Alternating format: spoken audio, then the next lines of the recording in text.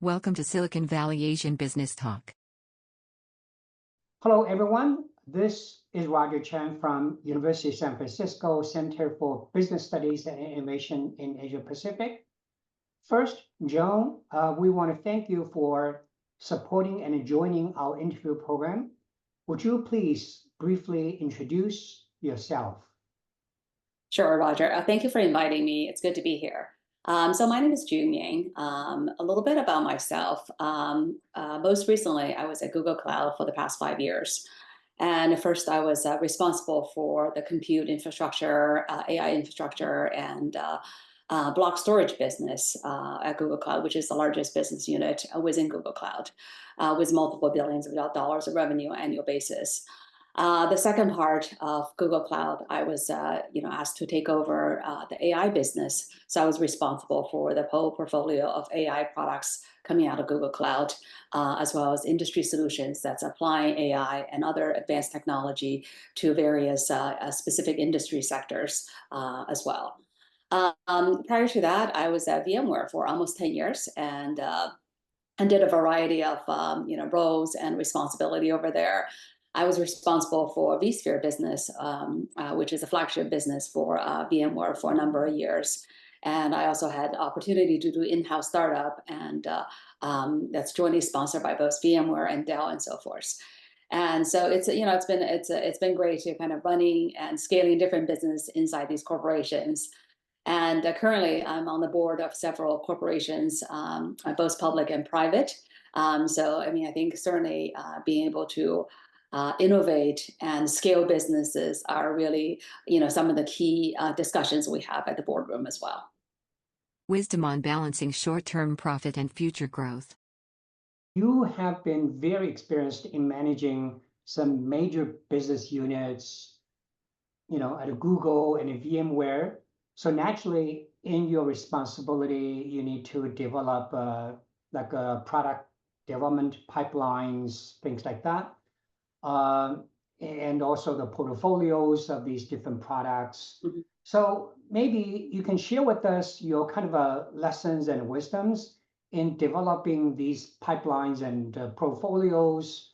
How do you balance issues such as a short-term versus long-term, and radical innovations versus incremental improvement of the products, so on and so forth. Yeah, that's a great question. That's certainly something I've spent a lot of time thinking and doing as well, right? So I think about a portfolio, right? When you have, products, when you have a company and revenue that's in multiple billions of dollars, right? You're constantly thinking about, okay, where's their next growth path? What's my next act? What's my next growth engine, right? So I think about my portfolio really in terms of 3 horizons. Horizon 1 is my run rate business. That's my cash cow business that's generating the majority of the revenue today. Horizon 2 is really the growth business, is where the business that could become my next growth engine and so forth. And then Horizon 3, these are kind of more future bets where I'm exploring different technologies and different product ideas and so forth, right? So I think, within a larger organization, I think one of the first things you need to do is, as a leader, is really thinking about the resource allocation. How much resource do I allocate to Horizon 1 versus 2 versus 3? That obviously varies from companies as well as kind of where what state of the business it's in and so forth, right? And I think, and then, then the next thing to think about within, especially within Horizon 2 and Horizon 3, right? How do I sort of allocate within that? And, I don't want to do too much, but I don't want to do too little either. I think sometimes I've seen companies that over-rotate, Horizons 3 and 2, what we call the shiny new object kind of a syndrome, where people sort of go gravitate with the shiny new syndrome and really kind of lose sight of the cash cow business, which is actually what's really kind of bringing the revenue and so forth. And likewise, you also see cases where company over-rotate on Horizon 1 because it's a sure bet. You continue to sort of add incremental features, but may not actually return incremental revenue correspondingly, and really ignore the 2 and 3. Then you become, you have really a dry spell. Once the Horizon 1 cash cow business start kind of declining a little bit, you have nothing to pick up on the growth engine. And especially the bigger the business, right? It's even harder to kind of bring up the growth business because if your base is already $5 billion, it's very hard for growth business to catch up to the point that they can actually be able to move the needle. So I think it's really very much art to think through about kind of how you want to allocate resources across different horizons. I think that's an excellent point. I will kind of get back to some detailed so-called execution questions. I'm so glad you mentioned about three horizon kind of a mindset. Let's kind of focus on the planning side of it. When you kind of you talk about the rotation, over rotation, resource allocation. At the planning phase, do you have any kind of wisdoms? For example, what is the guidelines you tend to follow when you try to balance the rotation of the resource allocations, or kind of just adjust, the different emphasis among these different horizons? Yeah, I mean, I think if you want to push for kind of a rule of thumb, right? I think because I tend to manage a very large portfolio, more on the billions of dollars in business, right? So the cash cow business, it's big. It's where you really need to spend quite a bit of time. So I would say probably 60-70% of the resources do go to the cash cow business. And then 20 to 30% of the effort kind of goes into the growth business to really try to grow these things, from to 100 million to 500 million and so on. So that takes a while to kind of get there.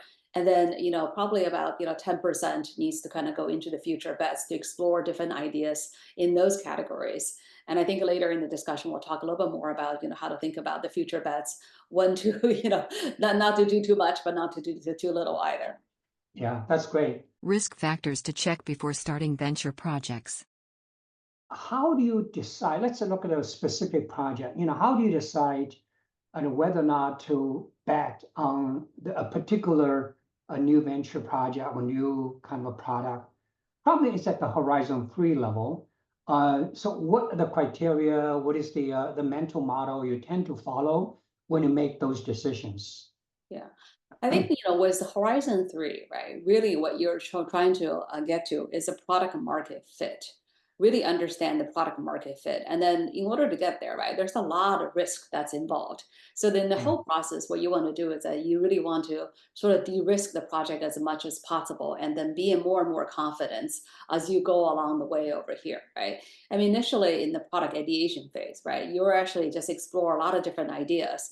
And then you want to very quickly get to a smaller set of ideas that's actually that has a higher chance of success, right? So I mean, some of the things I look for is like on the market risk side, right? I look in terms of, hey, does this product actually have a big enough market, right? And then the big enough market depends on what you're looking for, right? Like for me, it's like, look, if the product doesn't have a 500 million to a billion, it's not really worth it to invest, right? Yeah. So like, but if you're a smaller company, like I think 100 million market size, it might be good enough for you. So I think that's kind of one to sort of think about that. When you're successful, you want to make sure the success actually moves the needle for your portfolio and for your company. And then the other thing I look for is, let's say, look, is this need actually urgent? Like people need it today. And so I usually use the sort of the analogy of vitamin versus aspirin, right? It's like something you need today. And sometimes, you're creating something that it might be nice to have, but especially in enterprise setting, nice to have doesn't get converted into sales. So it really has to be something that's actually really a pain, really urgent need to kind of for customer, and with a really demonstrated value. And then you also wanted to sort of look in terms of, hey, what's the customer willingness to pay, right? How much are they willing to pay? I mean, there are some businesses, like the willingness to pay just isn't very high. And and then it may not be sort of worth it. So that kind of goes into your whole market sizing, revenue, and so forth. And of course, you also look for the differentiation. You differentiate with other competitors as well as alternatives out in the market. So that's a lot of things that's really on the market risk side that you're trying to de-risk in these kind of areas. And often in a lot of these, Horizon 3 type of exploration, there's also a lot of technology risk, right? A lot of times you're looking at the technology and say, hey, there's a new technology out here. And is it, something that's actually going to bring us value? And then is this, technology actually ready for prime time? And is the technology from a price performance perspective actually make sense for enterprise? So all of those things has to be sort of factored in to say, hey, there are some things like, look, to say it's a great idea. It's just the technology isn't quite there yet, or the price point isn't quite there yet. You might shelf that and pick that up, a couple years later and revisit those kind of things. And there's also go-to-market risks, right? Go-to-market risk could be, what is your route to market? Is it something that can tie into your current businesses? If it's something that you have to actually open up entirely a new business channel and new route to market, that's a much more expensive. So I would think really hard about sort of getting into those type of business and really making sure that my confidence is super high, a lot of conviction, to really kind of ask for that level of investment and pushing that kind of level of investment. And often you also have, execution risks, right? Do you have the right people and with the right type of, profiles for this project? Do you need partnerships and so forth, right? So, for example, one of the startups, I did in-house startup at VMware was VMware Cloud on-prem, right? So for that particular case, we actually needed OEM a server partnership. So until we can secure that server partnership, it's really a no. It's really a no-go, right? So these are things you're trying to do, really trying to de-risk the project as much as possible and building more and more confidence along the way. So by the time you make a decision, you feel like, hey, look, I have a lot more confidence and I feel good about where this is going. And then, of course, throughout this process is really about like validating all of these ideas and so forth. And sometimes we're prototyping, sometimes working with potential customers and design partners and so forth. It's really about sort of trying to get as much risk out of the system as possible. You're still going to run into plenty of unknowns, but for the ones that's known, you're really trying to de-risk as much as possible. That's excellent. So basically, you mentioned for the Horizon 3 projects, like de-risking or managing those risk factors is very crucial. Can you kind of maybe shed a little more lights on how do you translate this de-risking mindset into the project milestone management? For example, when you set the milestones, checking the checkpoints, how do you kind of integrate this de-risking mindset as you manage the progress of those projects? Yeah, I think there's a variety of ways, depends on what risk you're trying to sort of mitigate, right? So certainly from a market and customer sort of a customer willingness to pay and stuff, those are really about identifying core customers and target customer profiles and so forth, and actually really get a sense of what the customer's willingness to pay, what the pain point really is, and so forth. And also, I think it's a little bit as like when you talk to customers, whether in the context of focus group, one-on-one, and so forth. People don't like to say no, and so they tend to give you a more favorable answer than what your product is actually going to hit on the market. So I always take a big discount in terms of what customers say that it's like, oh, I really want it. And if you have like 20 customers, think about maybe 10 of them might convert or 5 of them might convert, so that you don't want to sort of necessarily take it at face value. For the technology risk, it depends on what technology you're trying to do prototyping at these early stages to really get a sense to say, hey, look, if we're trying to use AI to solve this particular problem, let's take a look to see what is the out of the box quality look like, and what are the potential ways to improve the quality, so that you actually get a pretty good feel to say, hey, look, we're pretty confident we can deliver something that's going to meet the customer expectation. The go-to-market risk, I think that's much more of analysis, right? To kind of working with the sales guys to actually to see if what would be the sort of the route to market, and does it tie into the existing flywheel and so forth. So I think with this type of product innovation and so forth, I think you can set some broad milestones, but I think it's really about answering these set of sort of questions and risks and so forth out there. But for a given product, one risk might be higher than another one. So I would pivot towards one. If the technology risk is what's going to make it or break it, then we'll spend a lot more time sort of driving the technology. If it's really like we don't know if this the go-to-market can work, then we'll spend more time on that. So I think it's more adaptable. Depends on the type of a project and depends on the profile.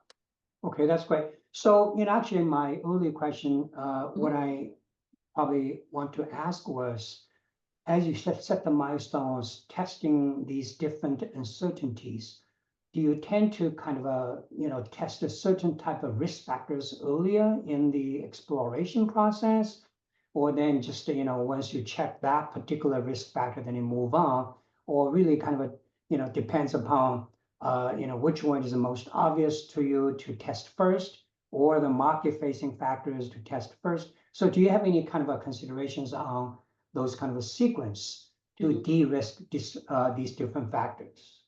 Yeah, I mean, I think if there's certain risk, that's going to be a no-go decision earlier on, Mm, right? I would spend more time doing that. Because even if everything else checked out, but for example, your technology doesn't work, then that's a waste of time. So I would spend more time sort of dealing with those type of managing mm. those type of situations. Okay. Yeah, it makes sense. These are, actually, this is a quite, similar to what I heard from the other sources that Google does, where they kind of basically, kind of front load what they call the most, the riskiest of factors. If they cannot prove that they can overcome those riskiest factors, Yeah. they basically just kind of stop the project, which, I think makes a lot of sense. Mhm. How to grow an early stage, Horizon 2, business. But how about Horizon 2 project, which is in a very different phase, facing different issues. Mhm. So for Horizon 2 type of business or projects, what's your kind of a considerations for, continuing investing, double down, or shrink, or pivot? And what's your kind of a thoughts on there? Yeah, I think you need so when I think about Horizon 2, right? At that point, at least the product has established some beachhead in some Yeah, area, and right. perhaps is to a particular segment of the customers, right? To say, hey, we're good for this particular segment of customers. Then the question is say, hey, is this market big enough for this, or do I need to augment and expand into other customer segments? So, for example, maybe we start with one particular industry, and then we're going to see, hey, can these same type of use cases be translated to other industries? Can we make headways in there? Because that expands your product revenue potential significantly. So that's the sort of area. But if we cannot find more opportunity to say, hey, look, this is going to be a top side, a $300 million business, then you would invest accordingly to be able to sort of justify that $300 million business. But look, now if we say, hey, we can find another $500 million opportunity, then of course you invest more on that side to be able to justify that. So I think that's kind of one area, right? I think on the Horizon 2, a lot of it's actually working through to figure out how do you scale this very quickly, right? Because the Mm, initial, in a lot of the earlier days, right? It's like I think it's tend to be more one-off sales, right? Your product people, your engineering is actually working with the early adopter customers to make that happen. And by the time you sort of get enough of the wins and so forth, now you want to see, okay, how do I be able to rinse and repeat this? And I need to do this not with my core team, but I need to really have an ecosystem of sellers and partners and so forth to be able to help me to do this. And that's the only way you can really scale this into a multi-billion-dollar business. So the investment, a lot of the investment, it will tend to be going on the go-to-market side, right? Can we actually, do we need to expand the sales team? Do we need to provide more training? Do we need to find resellers? Do we need to find channel partners? Do we need to find, consulting partner to help the customer implementing this? And et cetera, et cetera. So I think there's a lot of thinking just really in terms of how do I scale the business, right? And there are also a lot of times as you think about from a product side, can I get into adjacent use cases, right? Again, this is more about a market expansion opportunity. Your initial use cases, might only get you to be so big.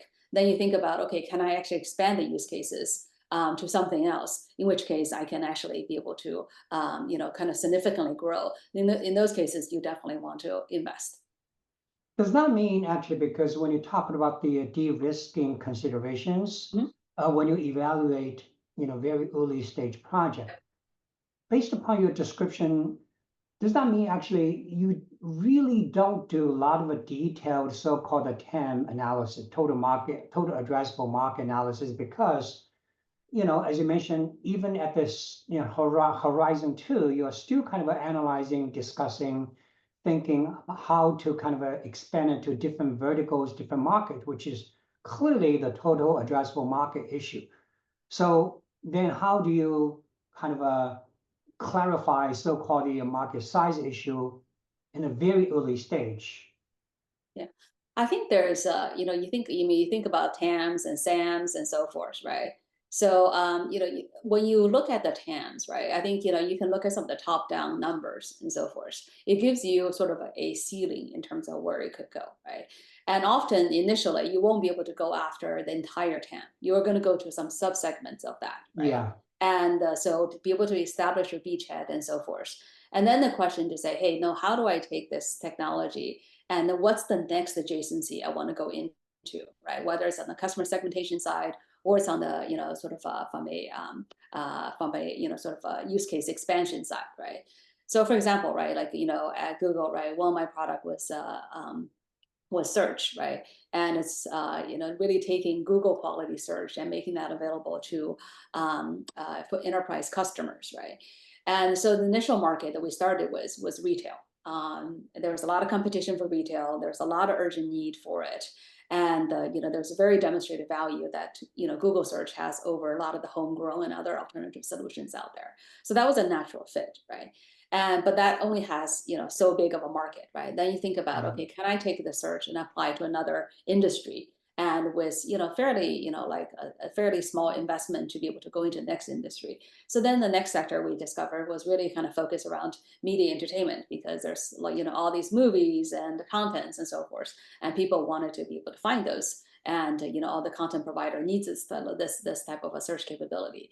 So those are examples of like you start with a use case and that you clearly can win, and then you think about, okay, now how do I actually expand this into bigger markets so I can have bigger revenues and so forth.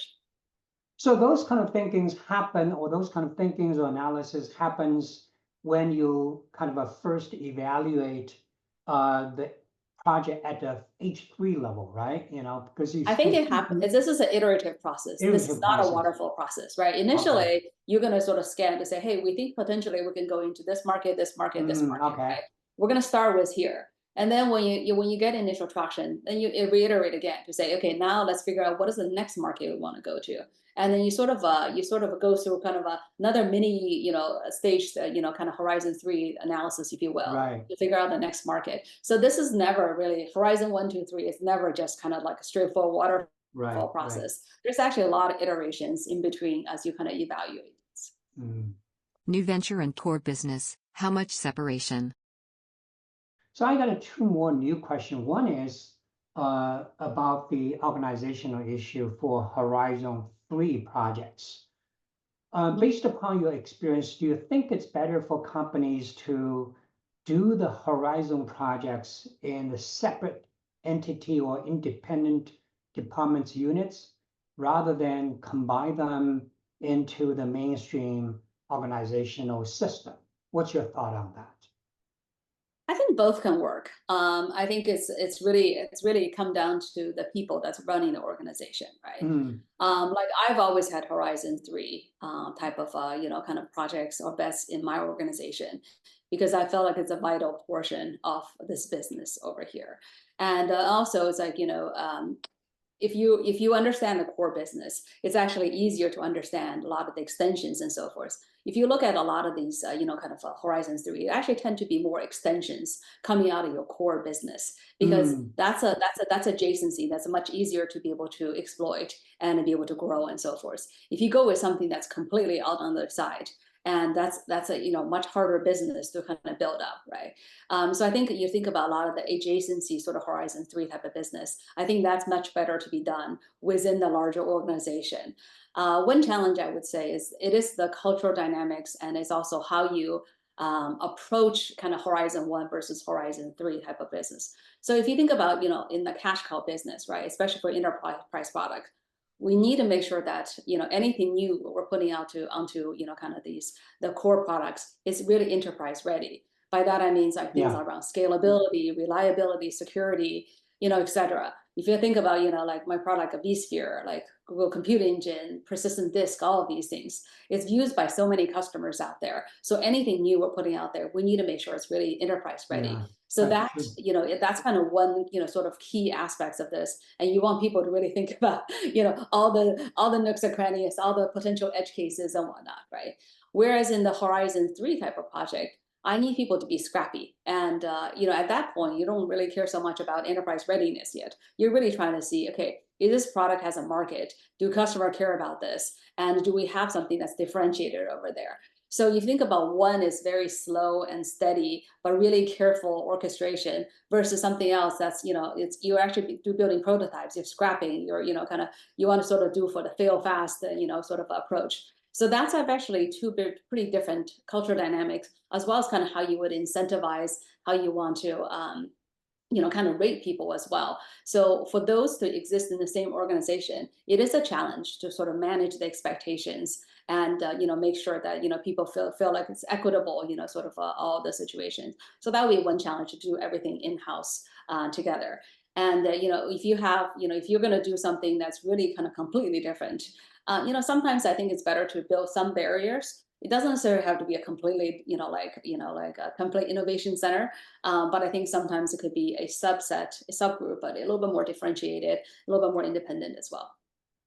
So in other words, actually, it seems to me you're saying, even in H3 projects is under the same umbrella organization as H1, but from operation perspective or from the specific, let's say, the management perspective, you still give this H3 project or team some kind of autonomy, which make it separate from the H1 because the culture, the process is very different. Even the team might be different. Is that correct?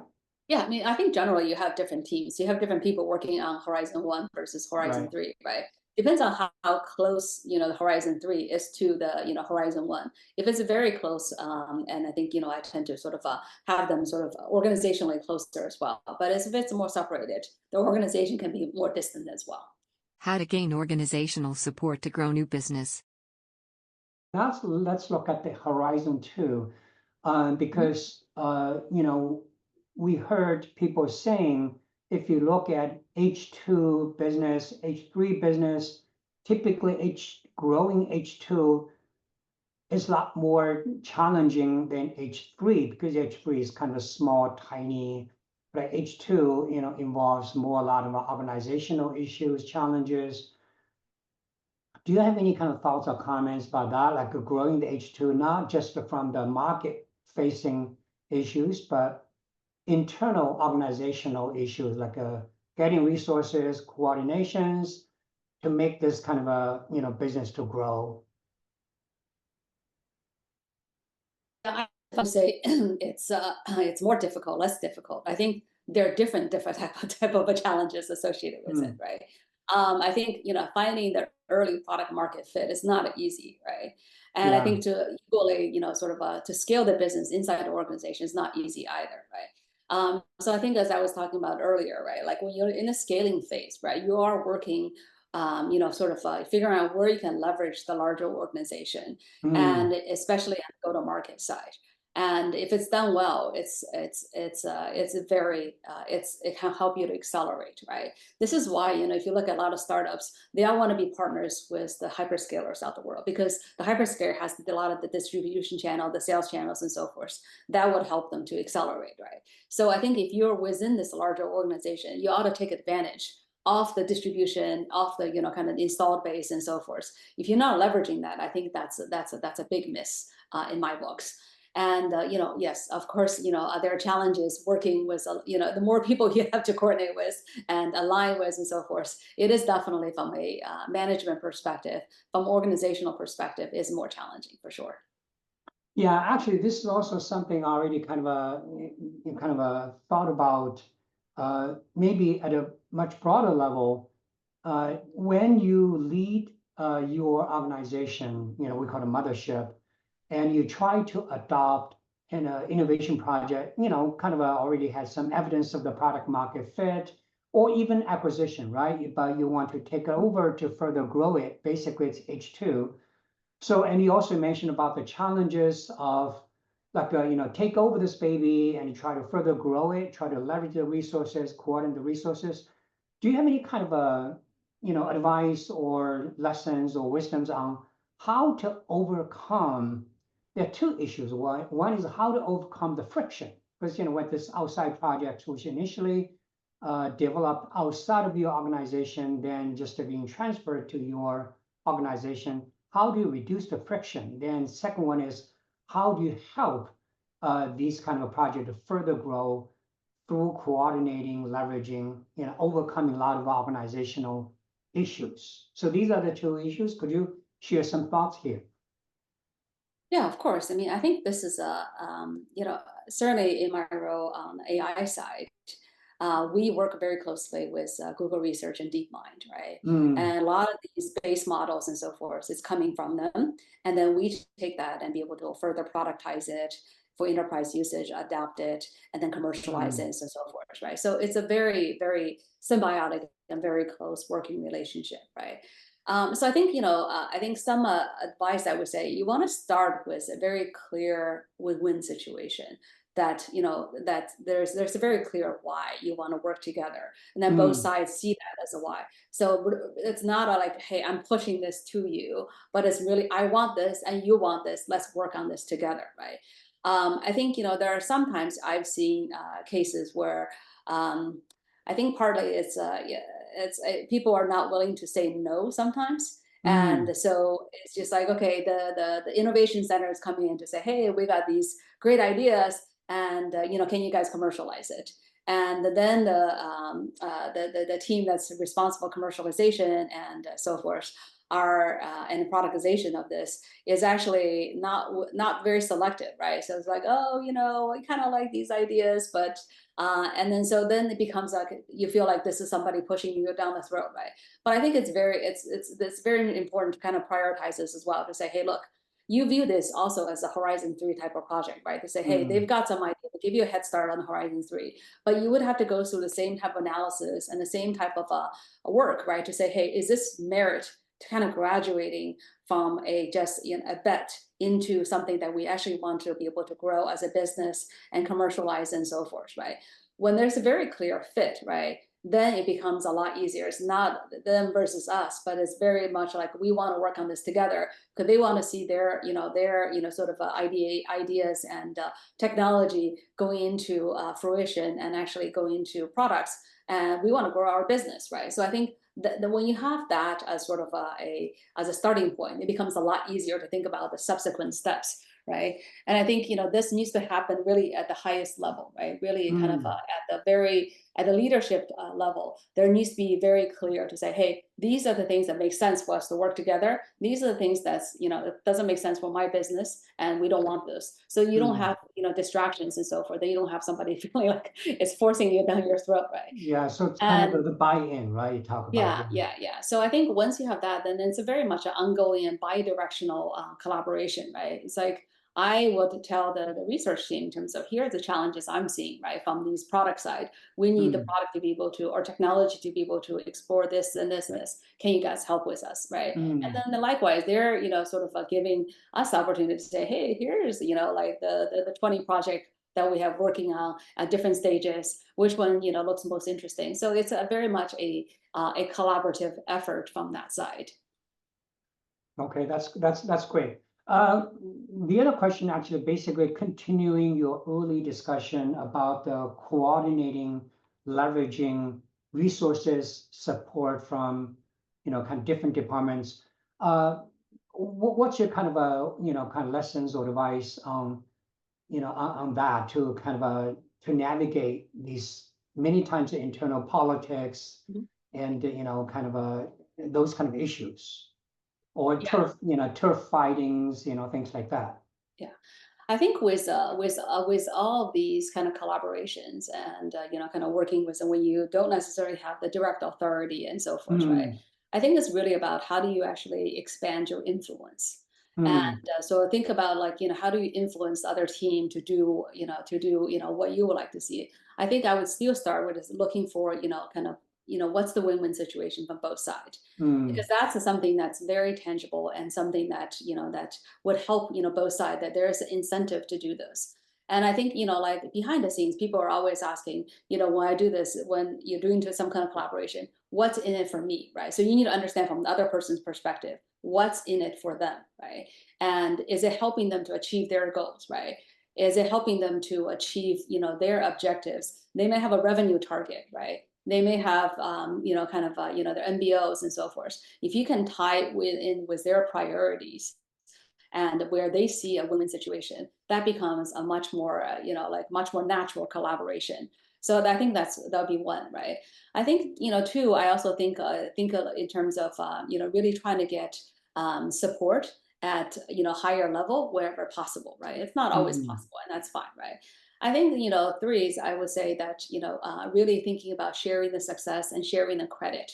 And, a success breeds success, right? So like if yeah, you, yeah, our product is actually doing well in the market, and then you can bet like the sales team would actually come to you and the that's partner team will true. come to you to ask for help because they want to be associated with success as well. So I think Right. it's really important to kind of, think about, you do external marketing, you need to do some internal marketing as well to market your product as successful and be able to demonstrate that. And then if people seeing they say, hey, this is a winning, team, this is a winning product, they're much more likely to come in to kind of help you with kind of those type of work as well.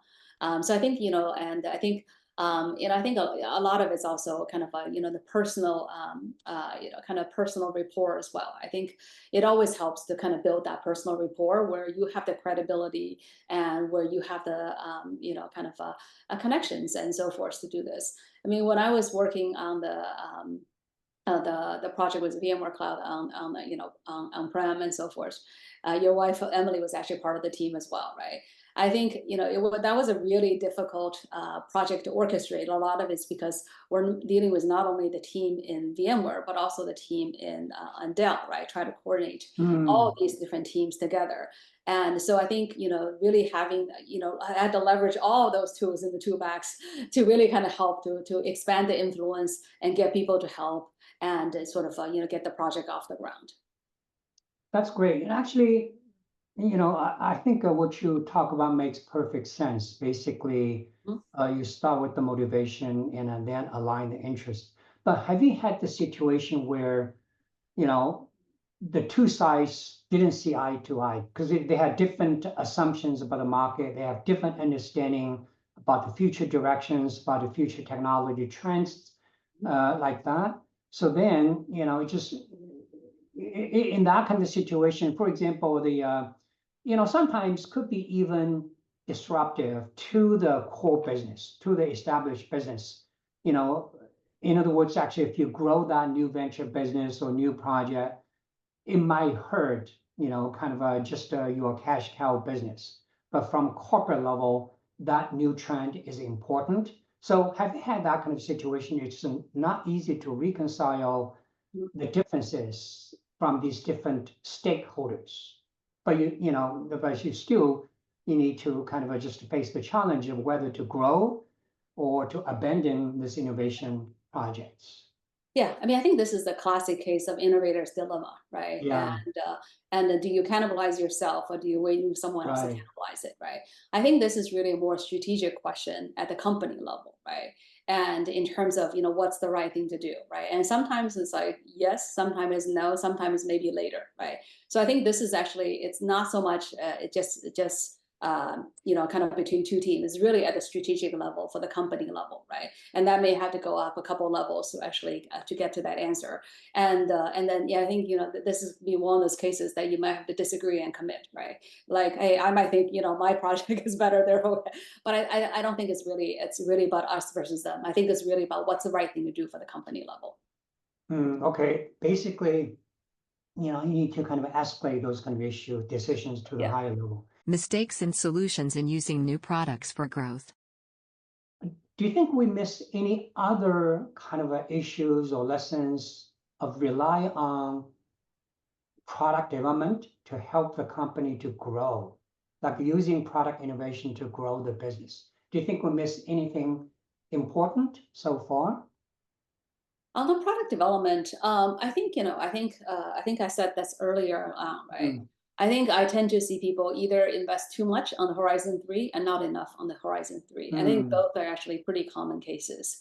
mm, And I think both are actually pretty damaging to the mm, organization, right? I've seen cases where there is really too many project Horizon 3 and then becomes very distracting. And then it's really sort of diverting your resources into a number of different things that's not really going to have the payoff that's needed. And also see cases where there's not enough investment into Horizon 3, then you really have a dry spell, and where, as the cash cow is declining, there's nothing new to sort of pick up. And then you have to think about these things, really, way in advance, right? Especially if you think about, I have $1 billion, a few $1 billion business, and then for your new products and so forth to grow from 0 to 100 million to 500 it takes million, that long takes time. years of effort, right? So I mean, you're really trying to project, okay, in 5 years, could I possibly become $1 billion business? And so those are the seeds you have to plant today, right? And I think, this is why a lot of times you see companies tend to do acquisition, and not acquisition and pure technology, but actually acquiring revenues and customers and so forth, because they actually do not have enough in the from the Horizon 3 that can graduate to Horizon 2 that can eventually become Horizon 1. So I think those things kind of happen quite a lot. So I think this is really at the company level, you got to really think about, okay, what's my Horizon 1, 2, 3? So. By the way, actually, for making those kind of assessments, obviously we understand this kind of case by case, but do you have any kind of general indicator to tell you whether it's off the balance, or, we need to kind of readjust? Do you have any kind of indicators that help company to make the assessment in a sense? Yeah. So I think one is looking at from an allocation perspective, resource allocation. How much are you investing into Horizon 1, 2, and 3, right? I think that'll give you sort of rough idea how you're kind of investing these in these areas.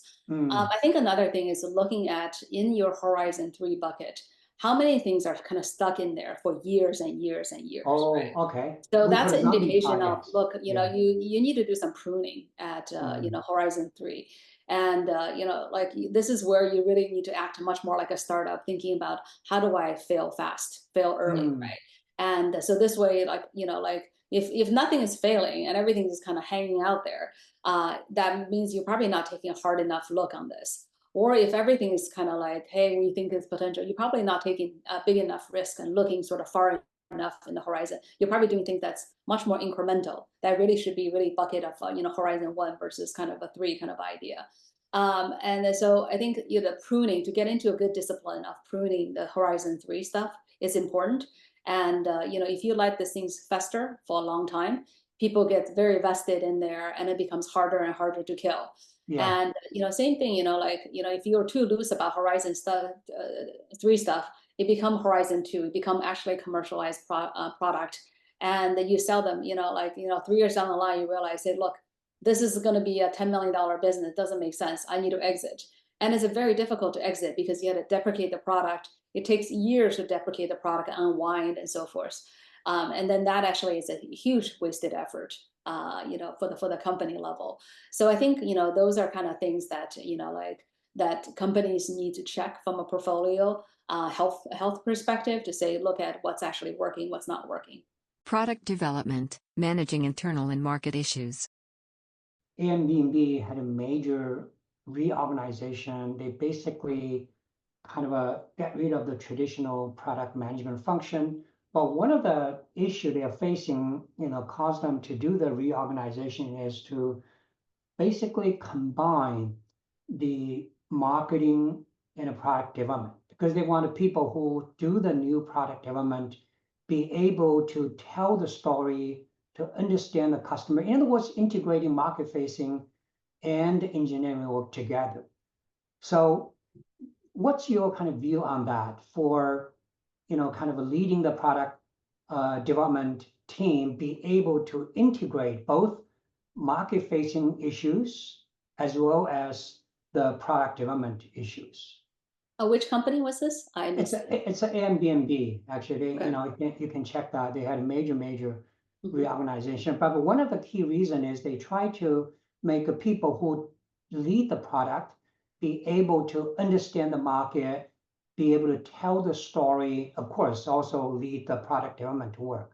So by integrating these kind of external market-facing or operation-facing functions, they felt is more kind of effective in promoting the new product. And also, obviously, you educate the market as well, rather than just do the brand marketing.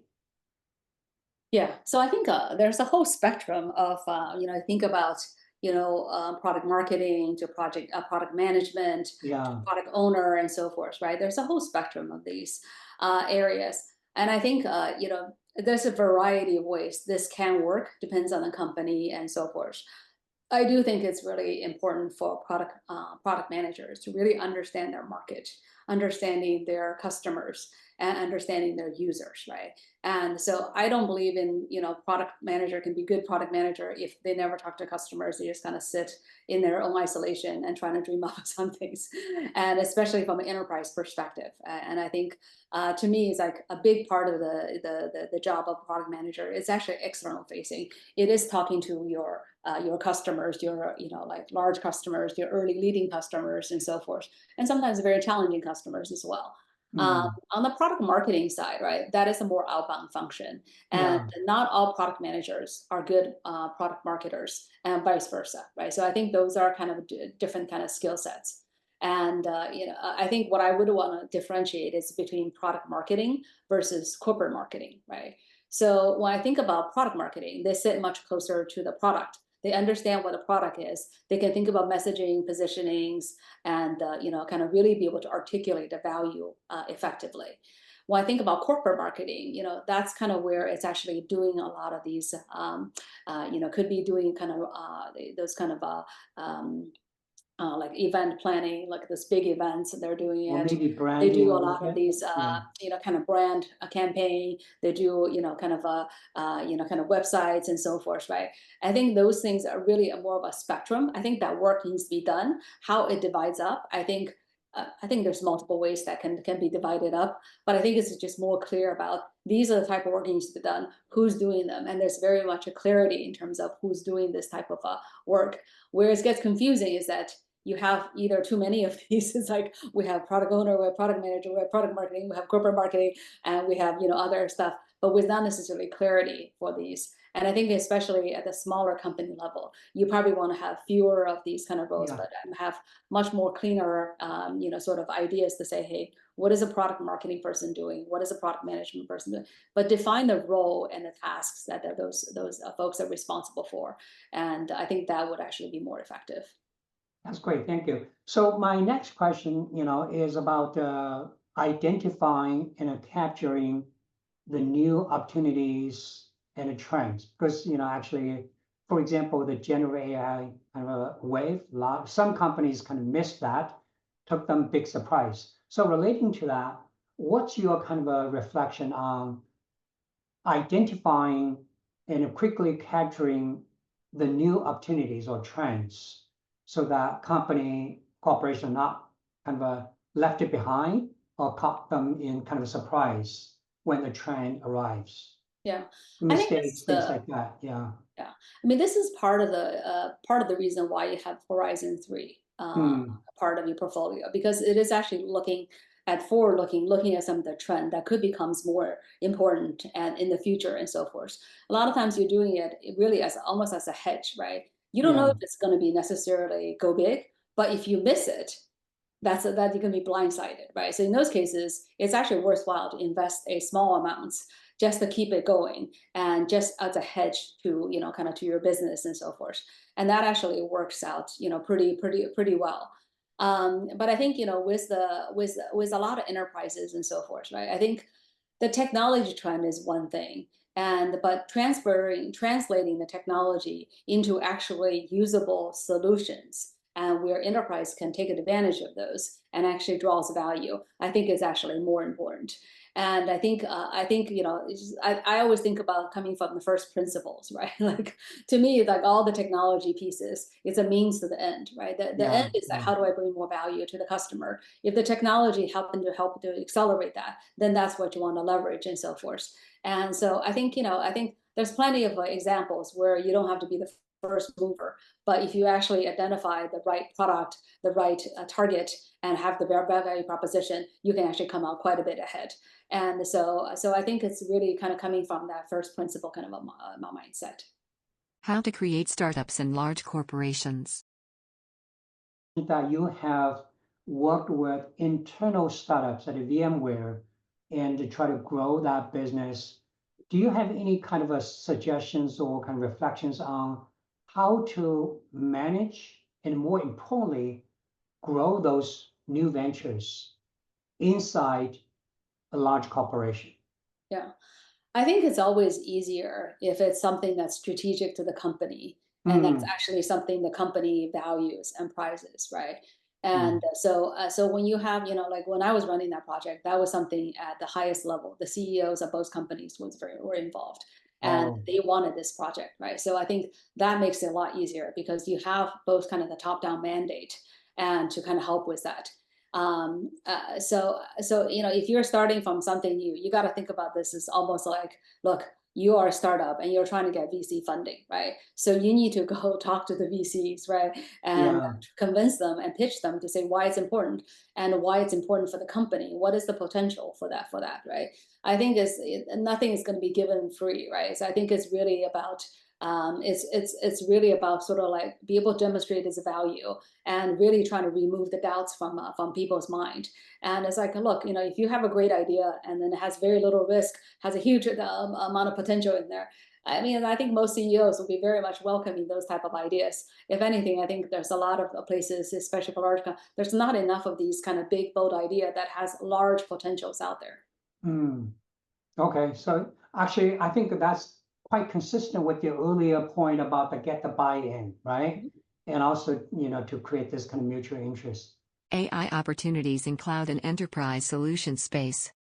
Because you have led cloud business and AI industry solutions products, and at Google, which is a great company. Do you have any kind of thoughts or ideas about how AI is going to change this space, meaning the cloud industrial solution space, and also creating opportunities in this particular space? Yeah. So I think, I'm very bullish on AI, right? I think AI is amazing technology and it's still growing very, very rapidly, and innovations happening there. Really, on the month to month basis, you see sort of new things coming up. I think that there's still a lot of moving parts right now, right? But I fundamentally think that this is going to be, as it's coming to maturity, it is going to be a big boost to, really many, many industries and kind of our daily lives and so forth, right? If you look at from the consumer side, we're actually using AI quite a bit that you may or may not even notice this kind of stuff, right? So if you look at, for example, like, I'm going to drive somewhere later, right? I'm going to use Google Maps to tell me how to get there. Yeah. Behind the scene, this is the optimization AI at work to trying to figure out what is the optimal route, how do I factor into those kind of consideration. So that's AI, but it's like you're not necessarily thinking about your consuming AI. You're actually trying to accomplish a goal. I'm trying to get from point A to point B. What's my shortest path, my cheapest path to kind of get there, right? So those are good examples of thinking about AI being very much integrated into the solution to help you to solve something, right? I think on the enterprise side, we haven't seen enough of these type of, sort of really, like solutions that customer can use and with a clear value kind of at the end of those things. And so I think these killer use cases that's leveraging AI is what's needed to really kind of drive the AI to, to become, to kind of reach its potentials and so forth, right? And I think, right now, if you see a lot of AI startups tend to be just kind of, hey, we're leveraging the AI model behind the scenes, we're putting some kind of wrapper around it. That's a very, very low barrier to kind of entry, right? You're not really demonstrating sufficient value. I think we've seen already sort of a round of cleanup. A lot of these companies has, kind of gone out and, or they're kind of pivoting and so forth. I think it really comes back to, sort of what is the value you're trying to create for the enterprises, and how can AI to solve that sort of set of, help you to solve those set of, problems and kind of giving you values and so forth. So I'm, sort of, thinking through those kind of things. And I think there's a lot of, opportunities. So for example, one of the product I had was contact center AI. Right, that's really kind of leveraging AI to help to solve a lot of these call center issues and whatnot. And every company has a ton of these kind of call centers, and it's very expensive to actually use human to do it. So, like using AI is a sort of a good fit to do that. But it's not easy to actually get an AI that's robust enough, that works well enough, that's natural enough for people to want to, talk to the AI bot and so forth, right? So that's kind of like taking AI as a part of the technology and then be able to kind of solve and then plug into the overall sort of solution and figure out how do you actually solve this in a very seamless fashion, right? And AI, it's a means to the end. It's not the end by itself, right? And I think, I think I would encourage folks who are, looking into AI solutions to really thinking about how do you leverage AI to be able to solve a particular problem, and that problem is worth solving over there. And I think, another, I think a misconception of maybe the expectation for AI is that AI is also, it works to a certain extent out of the box. But to really get to a level of robustness and so forth, for many use cases, you actually have to do a lot of hard work to improve the quality of AI, to get to a point, to know where, kind of the AI is actually good enough for, production usage. And where, and also be clear in terms of where AI has to do a handoff to the human, right? So for example, using the contact center AI solution again, I mean, there's a very clear, like, human in the loop element, right? When should we bring the human in, right? So that the customers who are calling you don't get frustrated because they're talking to a bot who doesn't understand what they want and so forth. That's not a very good experience, right? But I think, it's about finding the right problem and be realistic about what AI is and is not, and figure out how to actually loop in human where it's actually appropriate, and actually doing the hard work to improve the quality of AI so it's actually good enough for that particular use case there. That's great. So, actually, basically, your recommendation to startup companies, especially in the case of the enterprise solution, is to always start with the pain points, the customer pain points, because AI, after all, is a mean. And also, I like your point, because when you think about using AI, you have to consider the total solution for customer experience. And when the human being is going to intervene to kind of just make sure the customer have a good experience using AI. I think these are all very, very wise points. So let me kind of switch the gear for company perspective. What do you suggest them to deal with the AI? Because they're also facing a lot of decisions whether they develop internal AI capabilities or leveraging startup companies or in the middles. And and also with the AI change almost like month by month. So what's your reflection on the way to handle this kind of a huge technology change? Yeah, I would say you need to get into the game, right? And I think AI is a very different type of technology than a lot of the other technology in the past. So I think people need to get a feel for what AI is and is not, right? So I When do you say recommend. people, you mean these companies, right? Companies like I mean companies, yeah. yeah. I mean companies, enterprise companies, to look at it. I think I think also start using AI where it makes sense, right? I think there's a lot of consumer-facing AI, whether it's Gemini, whether it's ChatGPT, and so forth, right? I think those are good ones for customers just get a feel, kind of keep in touch with what AI can do, and then sort of thinking about what are the potential use cases and whatnot, right?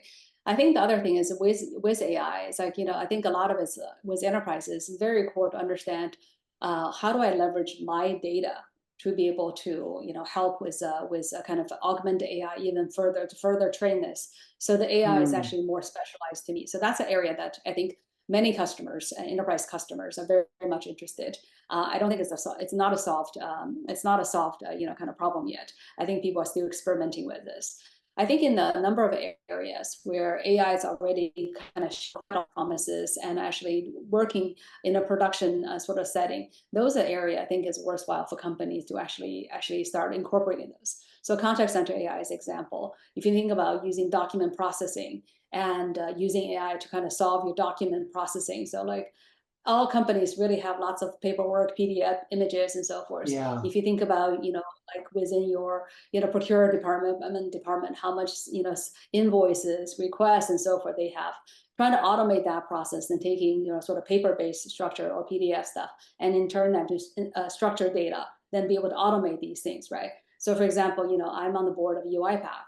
UiPath has a solution around intelligent document processing, which is very much geared towards that. So those are cases where AI is already robust enough, and then these are actually solutions that's pretty well formed that can be used by the enterprise customers. So those are areas I think is worthwhile to actually start adopting now. And then, kind of in the meantime, I think for most companies, I think it's worthwhile for them to have some Horizons 3 budget as well to kind of apply AI to these various areas. And so that they actually are not surprised when kind of things kind of come up. So I think, that's kind of, that would be my recommendation. ABCDEF Model, Career Advice for Product Manager/Beyond. You are very, very experienced, kind of product management executive.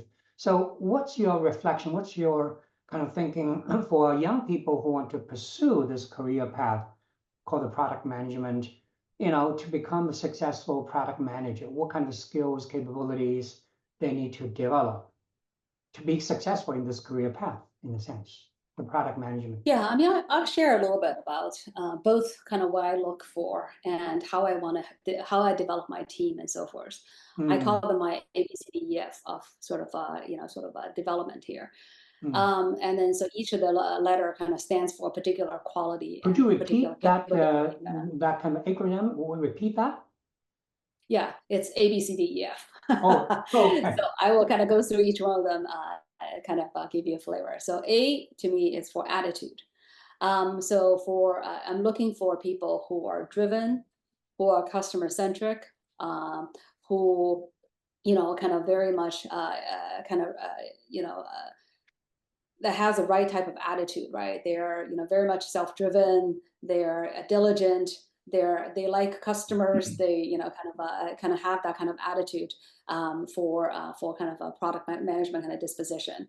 And then B is for brain power, right? I look at brain power quite a bit.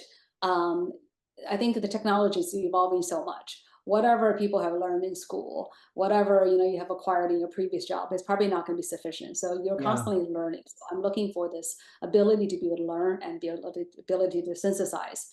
And I'm looking for people who are able to strategically connecting the dots and making a lot of decisions. Especially this is particularly important as kind of go higher and higher up, because you're making decisions with very imperfect data. And you are making bets, right? So you need to have the strategic mindset to kind of make those trade-offs and then making sure your decision is right most of the time, right? So that's kind of what's brain power kind of means to me. And C is for communication and influence. And I think you and I talk quite a bit about, how do you do influence within a large organization? How do you influence, partners and so forth?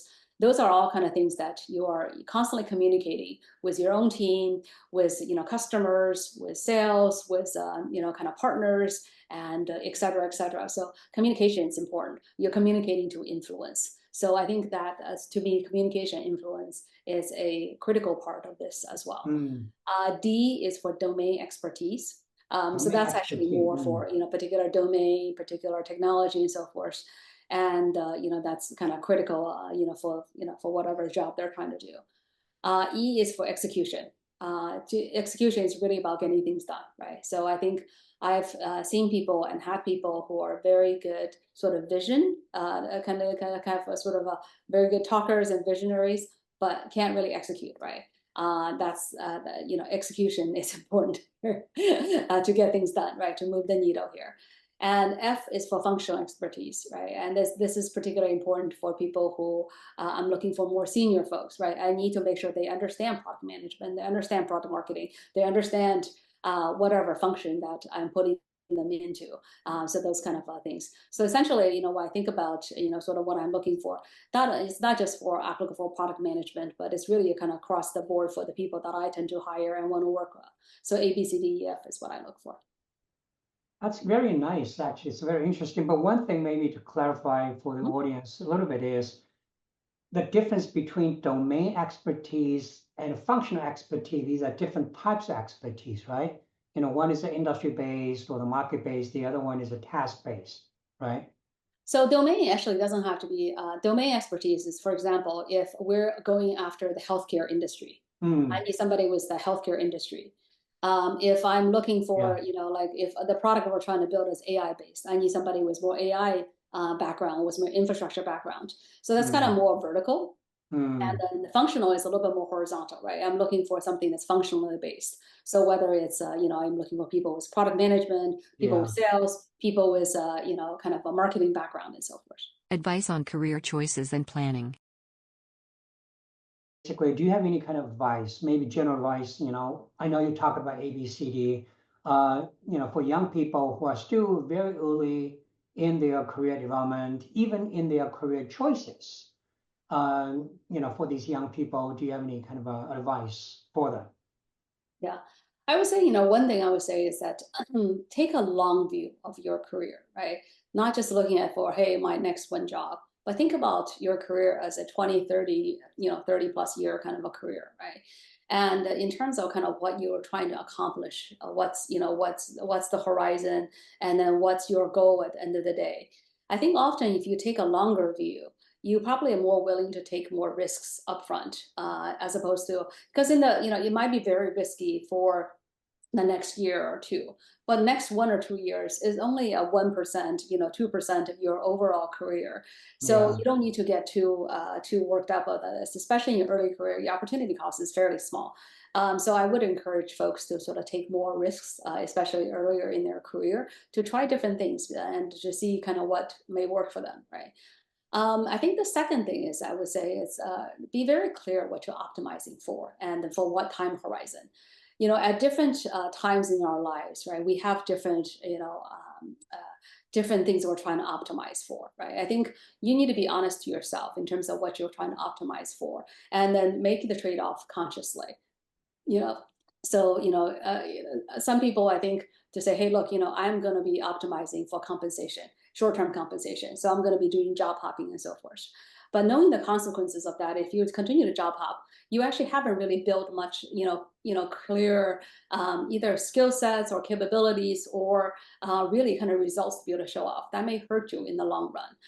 So I think, and then sort of think about what you're trying to optimize for. And for me, it's like, look, I optimize for sort of building out capabilities. I think it's important, and I think I optimize for looking at results. And so, there are times I took on in-house startup because I've never done in-house startup. I wanted to try it out and be able to demonstrate a clear sort of a value and a clear results of this. I mean, I've taken on, turn-on situations because I haven't done that before. And I wanted to see if I can do it and if I can have results to show for those kind of things. I wanted to scale the, multi-billion-dollar business. So I take those things out. So those are kind of things that I think, be clear what you're optimizing for, and also kind of think about what time horizon. I think that helps to kind of put things into more clarity.